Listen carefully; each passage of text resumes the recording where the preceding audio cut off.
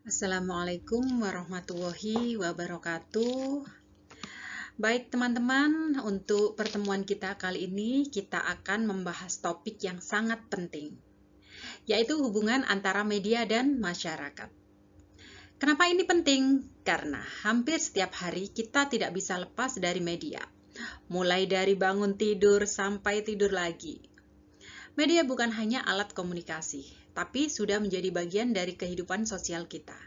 Jadi, di materi ini kita akan mencoba memahami bagaimana media dan masyarakat itu saling mempengaruhi. Bukan hubungan satu arah, tapi hubungan yang dinamis dan terus berubah seiring perkembangan zaman. Kalau kita bicara hubungan media dan masyarakat, ada dua cara pandang utama. Pertama, media dianggap sebagai bagian dari masyarakat. Artinya, media itu lahir dari masyarakat, berkembang bersama masyarakat dan mencerminkan kondisi sosial yang ada.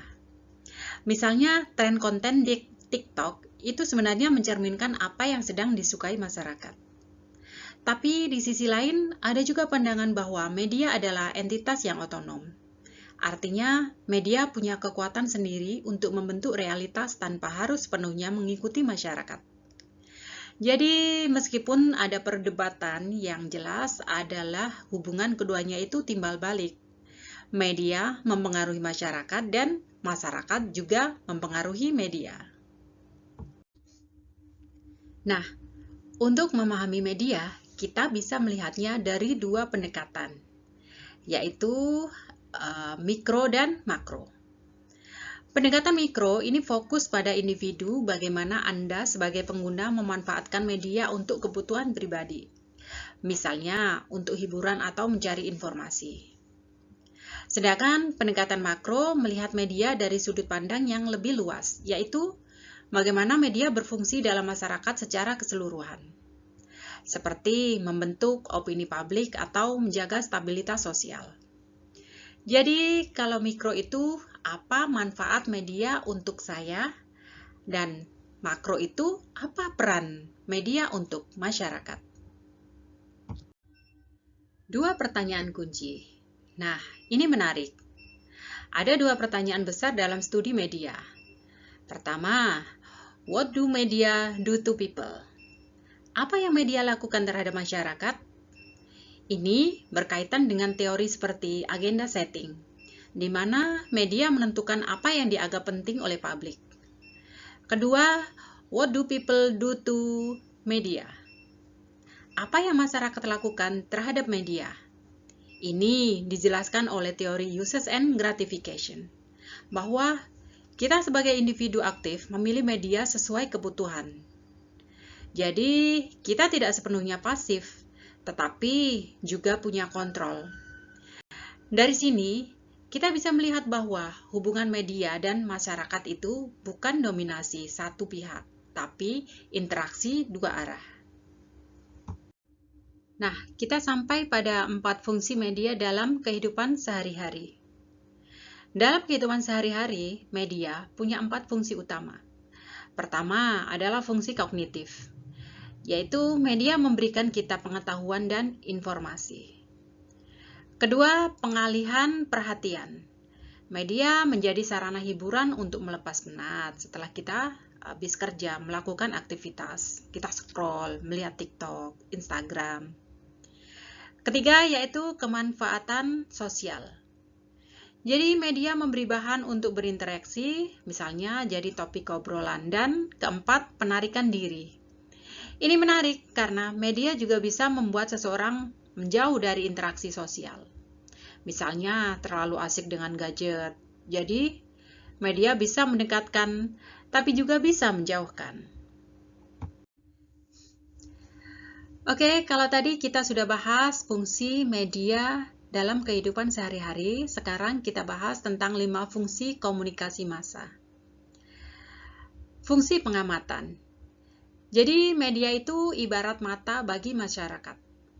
Kita tidak mungkin melihat semua kejadian di dunia secara langsung. Maka, media hadir untuk mengamati lingkungan, menyampaikan apa yang penting untuk kita ketahui. Misalnya, berita bencana, politik, atau isu sosial. itu membuat kita sadar terhadap kondisi sekitar. Selain itu, fungsi ini juga berkaitan dengan kontrol sosial, karena media bisa menyoroti masalah dan membuat publik ikut memperhatikan bahkan menekan perubahan. Yang kedua yaitu fungsi interpretasi. Media tidak hanya menyampaikan fakta, tetapi juga memberi makna terhadap fakta tersebut. Disinilah media membantu kita memahami apa arti dari suatu peristiwa. Misalnya, satu berita ekonomi tidak semua orang paham dampaknya, tapi media menjelaskan konteksnya. Namun, di sisi lain, ini juga berarti media punya kekuatan besar untuk mengarahkan cara berpikir kita. Tergantung bagaimana mereka membingkai informasi. Yang ketiga yaitu fungsi korelasi. Fungsi ini sering tidak disadari, padahal penting. Media berperan sebagai penghubung antar kelompok dalam masyarakat. Misalnya, pemerintah menyampaikan kebijakan melalui media. Lalu, masyarakat merespon. Atau isu sosial yang viral bisa menyatukan opini publik. Jadi, media membantu menjaga keseimbangan dan keterhubungan sosial, agar berbagai pihak bisa saling menyambung meskipun tidak berkomunikasi secara langsung. Yang keempat yaitu fungsi transmisi nilai. Nah, ini yang sifatnya jangka panjang. Media secara perlahan menanamkan nilai-nilai dalam masyarakat, seperti toleransi, demokrasi, gaya hidup, bahkan cara berpakaian. Contohnya dari film atau konten digital, kita itu bisa belajar tentang sikap menghargai perbedaan. Tapi perlu hati-hati juga, karena nilai yang ditransmisikan tidak selalu positif. Itu semua tergantung dengan kontennya. Yang kelima yaitu fungsi hiburan. Ini yang paling terasa dalam kehidupan sehari-hari. Media memberikan relaksasi, menghilangkan kejenuhan, dan menghadirkan kesenangan. Dari nonton film, scrolling TikTok, sampai dengar musik, semua itu bagian dari fungsi hiburan. Tapi menariknya, di balik hiburan, seringkali tetap ada pesan, nilai, bahkan pengaruh tertentu yang masuk secara halus.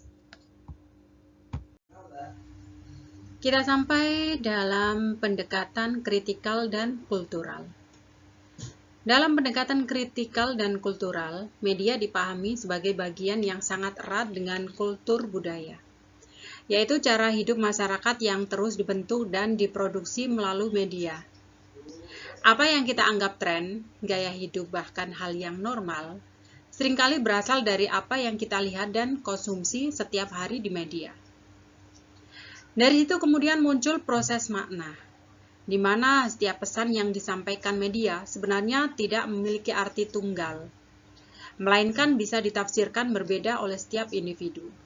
Artinya, audiens tidak sepenuhnya pasif, tetapi ikut berperan dalam memberi arti terhadap konten yang mereka konsumsi sesuai dengan latar belakang dan pengalaman mereka masing-masing.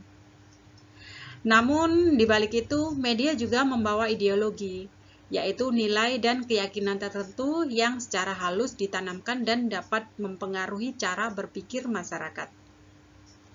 Ketika ideologi ini terus diulang dan diterima tanpa disadari, maka terbentuklah hegemoni, yaitu kondisi di mana masyarakat mengikuti nilai atau pandangan tertentu secara sukarela karena dianggap sebagai sesuatu yang wajar dan benar. Inilah yang membuat media memiliki kekuatan besar, bukan hanya dalam menyampaikan informasi, tetapi juga dalam membentuk kesadaran dan pola pikir masyarakat secara perlahan dan mendalam. Sekarang kita bahas kelompok yang paling rentan, yaitu anak-anak.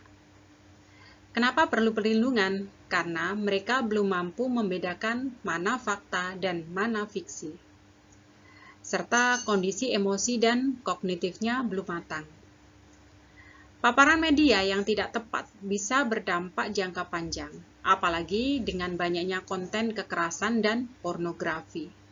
Ditambah lagi, iklan yang menargetkan anak-anak sering mendorong perilaku konsumtif. Jadi, di sini peran orang tua itu sangat penting. Media dan perilaku sosial. Media juga sangat berpengaruh terhadap perilaku sosial, terutama remaja.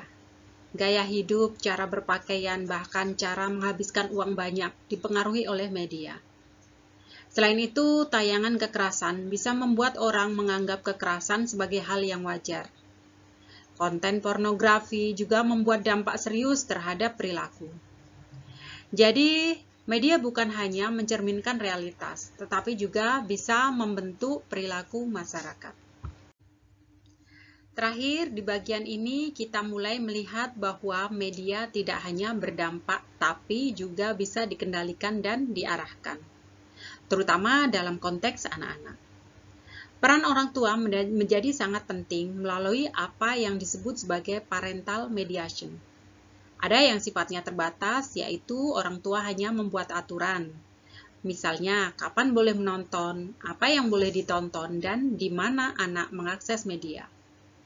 Lalu ada co-viewing, di mana orang tua menemani anak menonton, tapi belum tentu memberikan penjelasan. Nah, yang paling ideal adalah parental aktif, di mana orang tua tidak hanya mengawasi, tapi juga menjadi penyaring dan penafsir, membantu anak memahami mana konten yang baik dan mana yang tidak.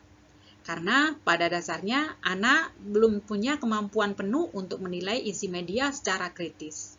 Jadi mereka butuh pendampingan, bukan sekedar pembatasan. Namun menariknya, media tidak selalu berdampak negatif jika digunakan dengan tepat. Media justru bisa menjadi alat yang membentuk perilaku prososial, yaitu perilaku yang bermanfaat bagi orang lain. Contohnya, program pendidikan, kampanye kesehatan, atau tayangan seperti tolong-menolong, kepedulian lingkungan, dan toleransi. Jadi, di sini kita bisa melihat bahwa media itu sebenarnya seperti pisau bermata dua. Bisa berdampak buruk jika dibiarkan tanpa kontrol, tapi juga bisa menjadi alat yang sangat powerful untuk pendidikan dan pembangunan sosial jika digunakan secara bijak. Jadi, dari seluruh materi ini, saya ingin Anda memahami satu hal. Media dan masyarakat itu tidak bisa dipisahkan. Media membentuk kita, tapi kita juga membentuk media. Dan di era sekarang, Anda bukan hanya penonton, Anda juga bagian dari sistem itu. Terima kasih semuanya, cukup sekian, wassalamualaikum.